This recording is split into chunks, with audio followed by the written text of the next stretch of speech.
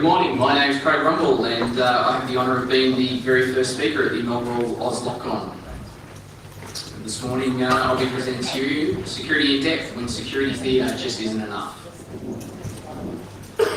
So a quick disclaimer here, I just have to tell you that the material presented here is solely the opinion of the presenter. It doesn't represent nor does it hold the endorsement of any third party, organisation or professional body. The contents of this presentation are presented for security awareness and education. I don't endorse the commission of unlawful or unethical acts. All responsibility rests with the individual. Okay, so here's what I want to do and how I plan to do it. I'm going to introduce you to security in depth as a holistic approach to security. It's going to be a high-speed, low-drag tour. I'm going to start with why you should use it. I'm going to move on to how to implement it. And in doing that, I'm going to show you from the Australian government perspective of implementation being the protective security policy framework. Now we're going to finish up with how to test it and how to defeat it, because I know that's why a lot of you are here. And I hope to provide you with some ideas that you can apply within your own working spaces. Just because I know it's a little bit heavy, I'm going to throw some periodic boredom busters in, which will cover physical security and failures. So about now, you're probably asking yourself, well, who's this guy standing in front of us? Well, I'm a former New South Wales police officer. I served from 2000 through to 2012. I'm a designated detective and I resigned with the rank of sergeant. Now, for a good chunk of my career, I was a specialist detective at the New South Wales State Crime Command, first at the New South Wales Police Gangs and Organised Crime Squad, and for a latter period of my career at the Drug Squad Chemical Operations team. These are the kind of things that I did on a daily basis, living the life for a number of years. We did high-risk, high-profile investigations. I deployed physical and technical surveillance. I did technical surveys, which is just a fancy name for pen testing, and I did a lot of risk assessments for security on various properties. I had a fairly heavy role in intelligence collection and assessment, lots of social engineering, human intelligence management, and open source intel. Much of my day was spent planning operations, both overt and covert, and as part of that I did an awful lot of risk management. So all this sounds pretty, but what does it really equate to? Well, I liken it to pen testing in the real world. So I did a little bit of tunnel raiding, some sneaking around in the dark, and I took a lot of long bushwalks. And occasionally we had to read teams for keeps. So I did things like attend social club meetings at RMCG clubhouses. I was a judge for Master Meth Chef. And I also fantasised about being a hazmat firefighter to carry a gun. This was the one that my wife thought was most concerning. When I left the New South Wales Police, I decided to expand on some skills that I'd learned in my policing career, and I became a one-stop security advice and engineering shop for people that had interesting security concerns. Things like pharmaceutical storage, firearms dealers and collectors of antiquities and other desirable and valuable items. I'm a member of the Locksmiths Guild of Australia. I'm a certified practicing locksmith. Shout out to the LGA members in the audience. I'm an Australian Government SCEC approved locksmith, and I'm also a US Government General Services Administration Safe Vault Inspector Technician. So ostensibly, for a period of time, I provide bespoke advice and solutions for high-risk special circumstances clients. That was my company. It's no longer in operation because I have other things that I'm doing, and that's probably the largest pick set you'll ever see. It's at the Lockmasters Security Institute in Kentucky. So when I moved to the ACT, I looked to get back into some of my old haunts, using old skills to tackle new challenges like finding ways to protect the government from its own people, and encouraging people with no background in security to understand the importance of security in their workplace. I did this as the Assistant Agency Security Advisor at a government department, and much of this was basically spent driving security culture changes. So what am I doing now? Well, not really much. I'm looking for new opportunities, so if anyone has anything out there that they're interested in, I'm very happy to have a beer and a chat. Okay, so I guess this talk deals with security in depth, and when looking at that, we're going to have to define what security in depth is not. And security in depth is not security theatre. Now, most people know this, but security theatre are measures that make people feel better as opposed to fixing or managing the root problem.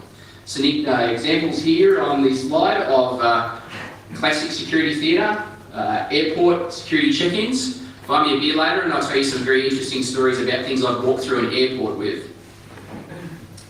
Cameras, they're great for recording evidence after the fact, but unless they're monitored and planned, they're really just there for evidence collection. They don't really prevent anything.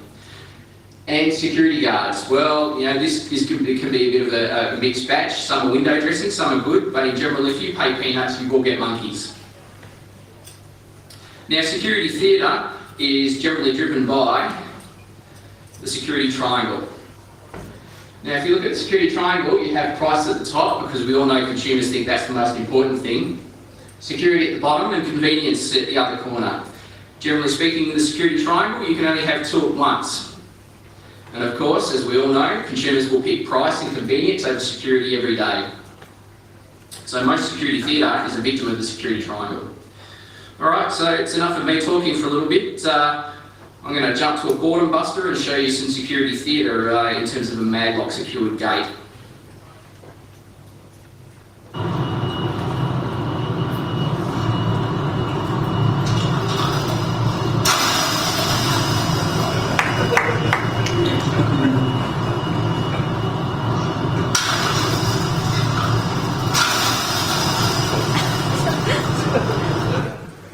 You don't actually have to be that strong to open that gate. Look, I'll be honest with you, if you ever see a maglock on a cyclone fence gate, give it a good shake and a kick, because maglocks rely on alignment for strength. You'll see the maglock just up here in the corner. Now, anytime you introduce flex into that system, it creates misalignment and that creates weakness. And hence, you saw me kicking the bottom of the gate, which flexes the whole frame, and bang, you've got a weakness and it opens up. So you can see this is a nice piece of security theatre. I mean, you know, it looks great. You've got a card reader here and a maglock and a, you know, big red sign that tells people things that, you know, secure. And initially you think, oh well, hey, it's just a bike cage. People are storing their bicycles in a basement. That's not really that concerning. But what you need to do is delve a little bit deeper. This instance had far-reaching security implications because this was in a government department. And when cyclists park their bikes, they leave a lot of property in their pannier bags, including work items, and then they wander across to the change room and spend 30 minutes getting changed, which meant for that entire time, all of that property was left unsecured in their pannier bags. Now, a quick random check of those items in those bags included things like staff security passes, RSA tokens, mobile computing devices, and personal journals / notebooks that included the passwords and the PIN codes for all of those devices. In a couple of instances, we actually found classified documentation that wasn't supposed to leave the site inside those pannier bags. The other issue this causes is what I like to call the broken system syndrome. Now, when that maglock is forced, it should generate a notification on the alarm system and the access control system to tell you that there's a problem. But because everyone kept forgetting their security passes and kicking the bottom of the door because they figured this out as well. What happened is that one of our great guards, who we paid peanuts, decided that he would actually turn off the notifications for that particular door. Now that meant that at any time in the future, inside or outside of business hours, when someone kicked that door, bang, there was nothing. They just got entry. No alarms, no nothing. So there's the issue with the broken system. People get so used to it, they just keep rolling with it. Sorry, I'm not sure what you said. We can clarify that after. So here's a couple of more examples of maglock failure. This was funnily enough, in the same building. Electronic security installers love maglocks because, well, they're not locksmiths, so they don't know how to install anything else. They're easy to fit, and consumers and the general public love them because maglocks are magic. But in reality, they're not actually a lock. There's nothing physically engaged or blocking, and they do, despite contrary to belief, require some skill to fit. In this case, it was just self-tackers into a wood door. It should be through bolted. So, of course, with time and force being applied, it actually pulled out from the door and came very close to knocking a public servant in the head as it fell off the door one day, which probably would have been a bigger issue than someone getting in. I won't make comment on the parts bin brackets that a installer has used there. It's probably the worst abortion I've seen in my career. But then again, these are guys that twist cables together. Okay, so to discuss security, we need to compare two popular approaches. The first being the stronghold doctrine, which you can see here on the left, represented by a little castle or fort. And quite frankly, it belongs back in the times of castles and forts. It is Dark Ages thinking. And on the right, one InfoSec workers will be a little bit more familiar with, and that's the security onion. It's a close approximation of security in depth. It's not perfect, but it's probably the best model I could find. So let's examine the stronghold doctrine. Okay, well, robust perimeter, single point of entry, it keeps threats out. Well, that's great, but why is it so dangerous? Well, it creates a single-minded thinking. You look at one thing and one thing in isolation with tunnel vision, and you forget about everything that's around it in terms of the threat. So what happens when the battering ram finds its way through the drawbridge on the castle? Yep, rape and pillage inside. So these following slides are going to be examples of where that single-minded stronghold doctrine, tunnel vision, causes a lot of problems in security. So in the first example, we have the physical security. On the left, you'll see there's a reasonably high security, I won't say high security, but reasonably high security cylinder. The cylinder is there. But it's low security hardware. I mean, they've done the right thing. They've put a plate around it, and they've put a blocker on the edge to protect the latch. But they've used aluminium rivets. Now, they're pretty easy to drill off or drill out and shear off, and realistically, you should be using tamper-resistant fasteners. The issue with this is I can pop down to Bunnings, grab a drill these off, do what I need to do, and pop exactly the same aluminium rivets back in without anyone being the wiser. It's a little bit harder for me to get specialised tamper-resistant fasteners on 5 minutes turnaround. The other question you have to ask yourself as a physical security specialist is, that's an awfully big plate. What's under it? 9 times out of 10, it'll be a hole that's nearly as big as the plate. And the second example here on the right is they've tried to use the proper hardware, but it's the improper execution. They've done the right thing, they've used full faceplate hardware, so you'll see that there's no exposed fasteners or fixings, it's all bolted from the other side, the secure side. And, well, obviously they didn't have the correct part in stock, so they've just cut their own cylinder hole there. You'll see there's a fair gap cutting there, it's not the neatest job. And the other thing you'll notice is that outlet opening door and no latch protector. So I'll get you to remember these fail points because a little bit later in the presentation, these failures are going to become relevant. Okay, so in information security, there's a few things that can cause you issues. If you have a single-minded approach to information security, the first example being air gapping to protect yourself. Now, air gapping is all about protecting yourself from outside threats generally. You're looking at the outside, you're going to air gap all your systems, your terminals, your network, that's great. But what about the person inside who decides that they're going to steal information they're already authorised to access? So you'll see there the dentures with the USB in them. It's a pretty neat setup to exfiltrate any data that you want to steal. And with the exception of 1 or 2 places in Australia, there's very few places that will be detected. Then consider the alternative. You've got a malicious actor within your organisation or your business, and they've got a beef. Well, that's a pretty good way to introduce a threat into your systems. Not only did we have to worry about rubber duckies in the past, but now we have to worry about dodgy dentures. Quite frankly, it surprises me how many places in the private and public sector still allow for removable storage. As we all know, there's lots of USB-based threats out there, and really the only protection is physically disabling those ports.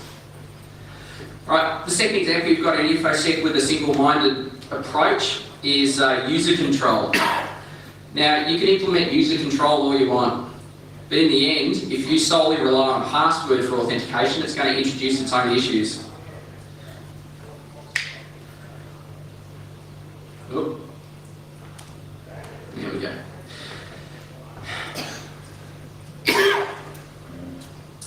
So generally speaking, you've got end users, they're struggling with more and more complex passwords every day. And they're also struggling with more and more passwords they have to remember. So what do they resort to, as everyone does? In the open post-it note with the password written down. Now, okay, fair enough, they might lock that in their filing cabinet or their desk drawer. But as we all know, most of those are mastered. And of course, you'd never think of mastering locks in an office environment to make life easier for the facility staff, would you? Alright, and in terms of the final set of examples for that single-minded thinking and the tunnel vision creating failures, looking at personal security. So, the first example, identification versus verification. Now, we all confirm the identities of new contractors and employees before we grant them access to our systems and our buildings, don't we? This may or may not include a 100-point identity check, or it may include less than 100 points, which is strange because the gold standard for identifying people is still a fingerprint check. And why? Because fraudulent documents and identification is fairly easy to obtain in this day and age. But we'll put false identities aside. Let's say you identified this person. Well, once you know who someone is, that automatically makes them a great person, doesn't it?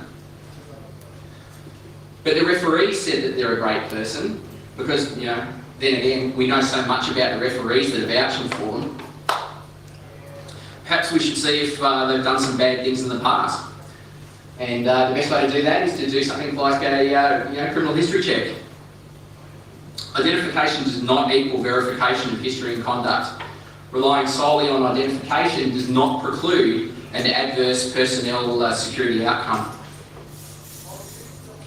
And this kind of rolls into our second example here, the perception of trust. Now, we assume that, okay, we've done our criminal history check and this person's background is good and they've never done anything wrong in the past. Okay, so if someone's never done anything wrong in the past, that automatically means they're going to be a great person in the future, doesn't it? Well, wrong. And that is the perception of trust. We trust that because someone's done nothing wrong in the past, that they're automatically going to be a great person in the future. When realistically, we should be looking at identifying risk factors that may indicate to us their future behaviour.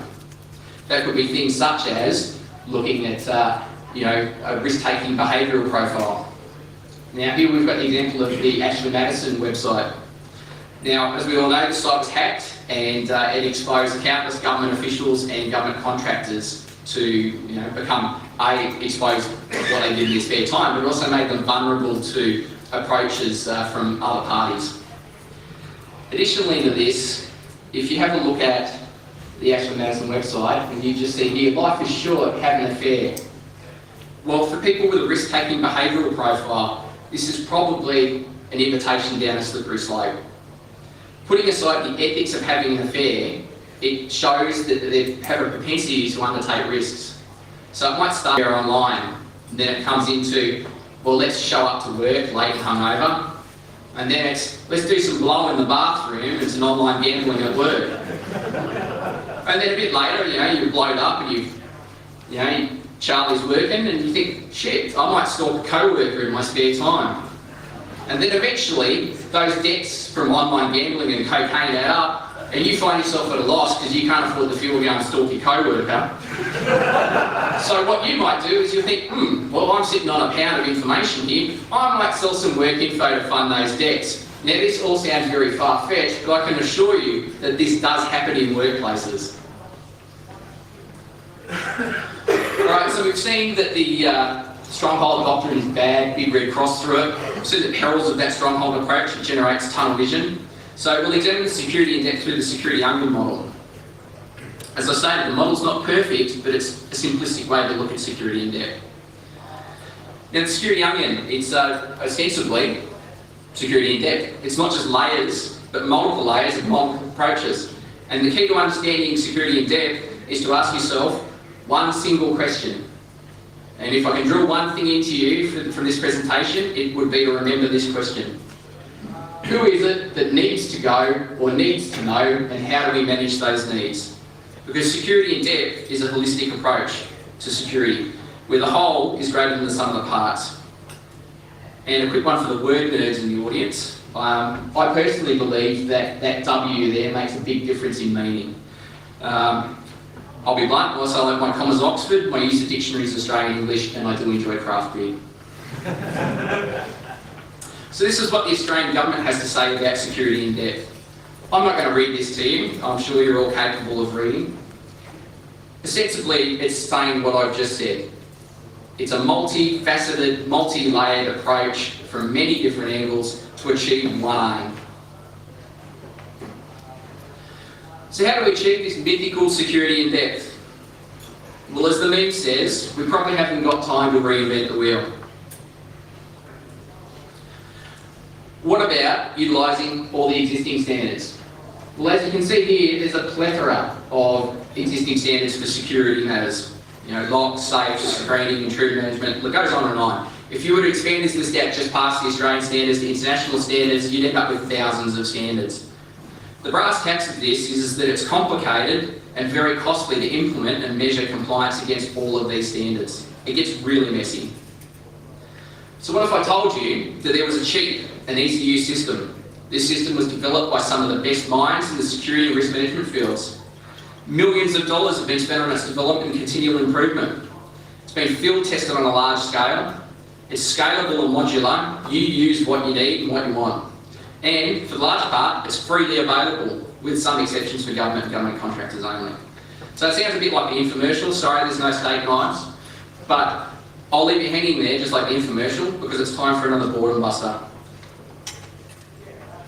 Now remember earlier that I said that those physical security failures would be relevant, and that's because we're going to look at those oval cylinders in a mortise lock again and why you might want a big gap there. Exterior angle is locked.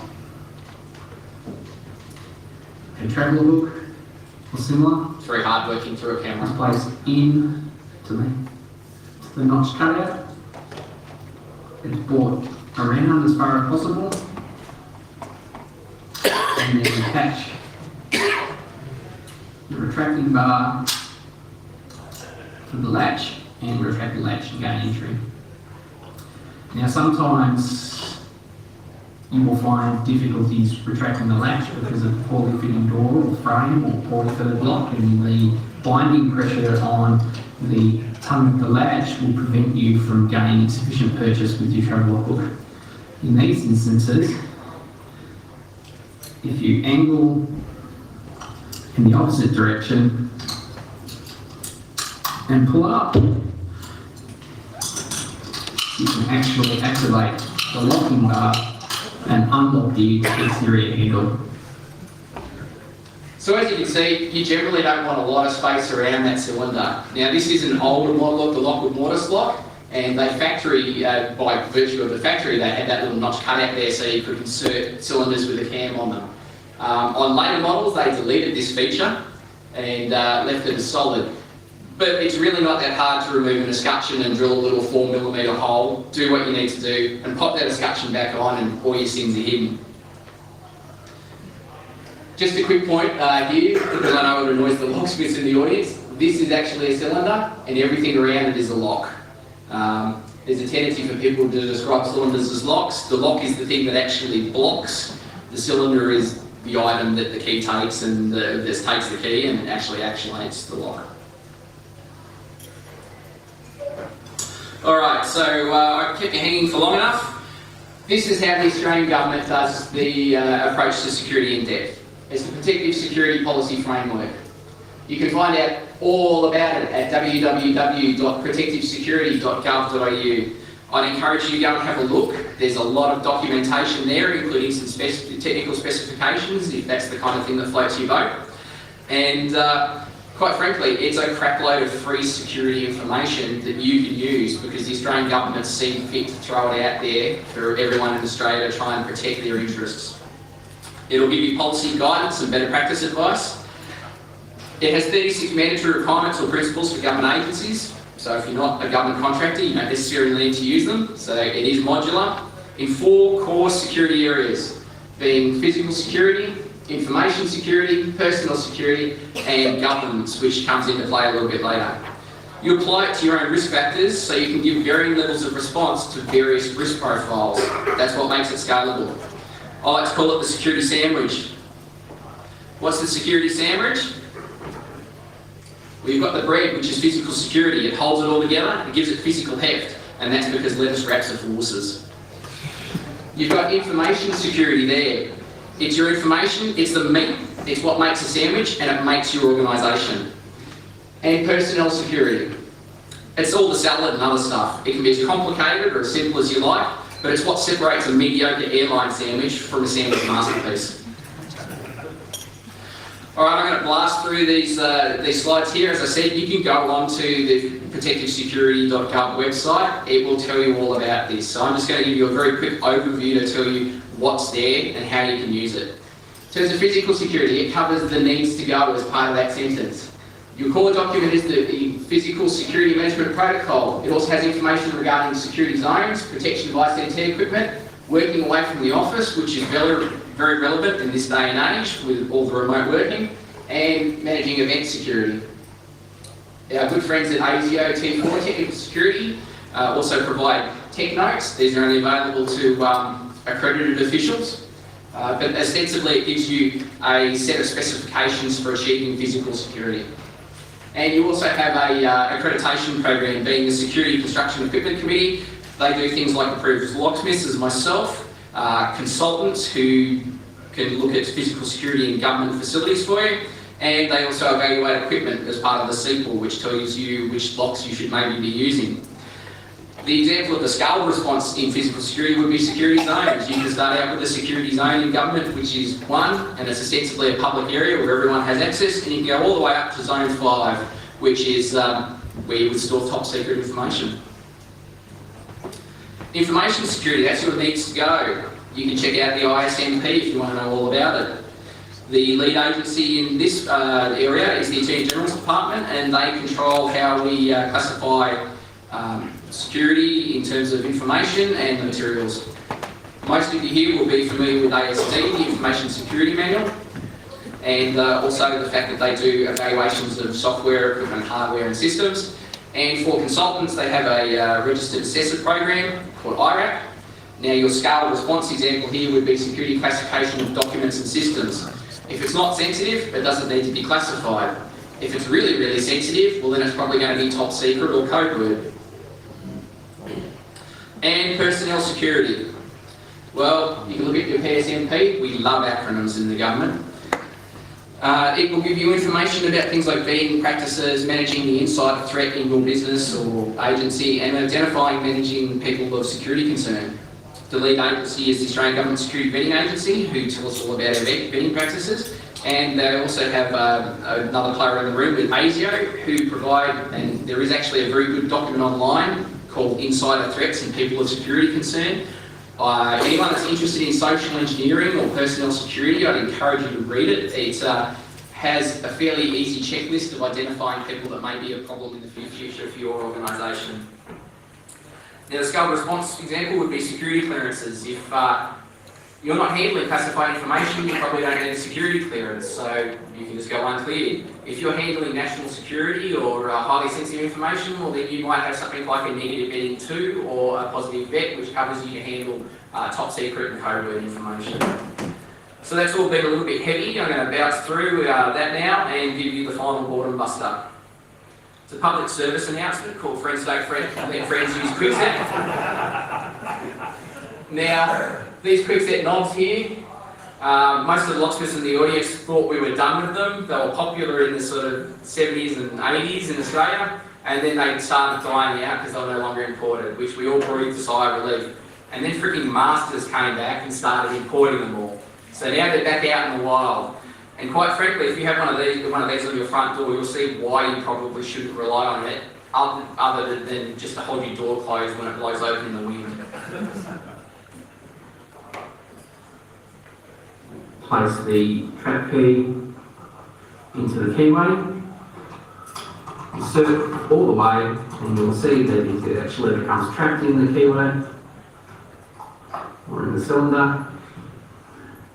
Bring the PVC tube or housing or coupling or whatever you want to call it down onto the knob, tighten it up.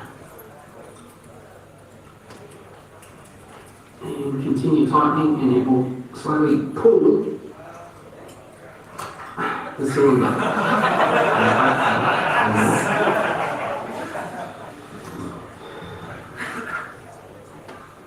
And you will see there's a spindle piece inside that knob, still in the lock position.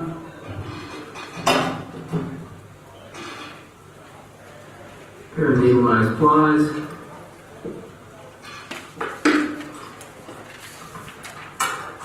Rotating that around, and voila, the knob is unlocked. All you need is a key for the trap key style, a length of stout cord. Bootlace will work quite effectively. So insert your trap key into the lock. Now just to show you, this lock is in the unlocked. I'll lock it with the interior knob. You'll see it's now locked. Trap key is stuck inside. You'll require a stick or a lever of some description. And it helps to have a block of wood or similar, something to use as some kind of leverage block. So bring the stick up, find yourself a convenient leverage point or to get the fulcrum, and I'll secure that, and there you go. Now it is rather an easy matter to reach in with the pliers, turn that spindle, and okay, so it takes about 30 seconds to get that key out from that cylinder and pop that face back on the knob, in which case there's usually no sign of forced entry, and whoever owns that house or that door is none the wiser that you just gained entry. Alright, so I'm going to blast through this because I'm starting to run out of time. Is your security sandwich tasty? Well, you can measure that with governance, which is the fourth part of the equation in security in depth and the BSPF. It's all about managing those needs. It tells you about security culture and education. It shows you how to apply international standard risk management tools, how to audit, review and report, which is something you may not have to do unless you're in government. And it also gives you best practice for ethical and effective investigations under the Australian Government Investigation Standards. And most importantly in this day and age, it gives you guidelines for business continuity, because as we all know, if your business falls over and critical services die, well then it's a really big problem. So that's pretty much it for security in depth from a government perspective. Security dog approves. I've told you how to make it, so I'm going to tell you how to break it. And this is how you would apply some of these principles for pen testing and red teaming. If your target uses the stronghold doctrine and it has a single fixed point where they put all the concentrated efforts into, identify and assault that single point of failure, kick ass and take names. If your target uses security in depth, then you need to peel the onion. Persistent surveillance and intelligence gathering will reveal weaknesses. These are going to occur where the layers interact with each other. And that's usually where you have people, policies and procedures. So have a look at those things, and that's where you'll see where the weaknesses arise. A quick exercise here, peel the onion. What does this image tell us? Well, you can see a passive infrared detector for an intruder alarm system here. But obviously it was getting false alarms from outside this window here, so some helpful individual has put a piece of cardboard there to mask it. What does this tell us? Well, quite a bit really. It tells me that that sensor was not installed correctly, nor was it ever aimed correctly or set up. It makes me ask the question, who put it there because the security is not diligent enough to detect it, and is there an insider threat? Is someone trying to give someone else an in? So the area outside that cardboard, that arc of the detector, is not covered by the detector, so it gives me time and space to work in, which is important when pen testing. The two things that you want are time and space to gain entry. And most importantly, it tells me that that PIR sensor does not have anti-masking technology. So it means that when I can get in there and get close to that sensor, I can mask it off completely and it will not alarm. And that gives me the opportunity to work freely within that area. And the last thing that I see from this picture is that it's dropped down from the corner of the ceiling, and there's probably a suspended ceiling above it. So that gives me a corridor of safety to probably gain entry from another adjoining area and work within that corridor of safety without setting off the sensor. So you can see there's a lot that you can see just by peeling the onion. And that's the end of the presentation. If you want to find me on LinkedIn, you can search Anthony Craig Rumball. I lurk around on the Locksport Slack using the handle Rumball Solutions. And my Twitter is @Rumball Solution. Now I do have some longer versions of those videos that are a little bit more, have a little bit more explanation. I'm in discussions as to how would be the best way to release those and a few other bypass videos. So if in future they are released in their full format, I will be dropping a notification on Twitter to let you know when and where you can find them. And that's it. Thank you for your time, and I hope you got something.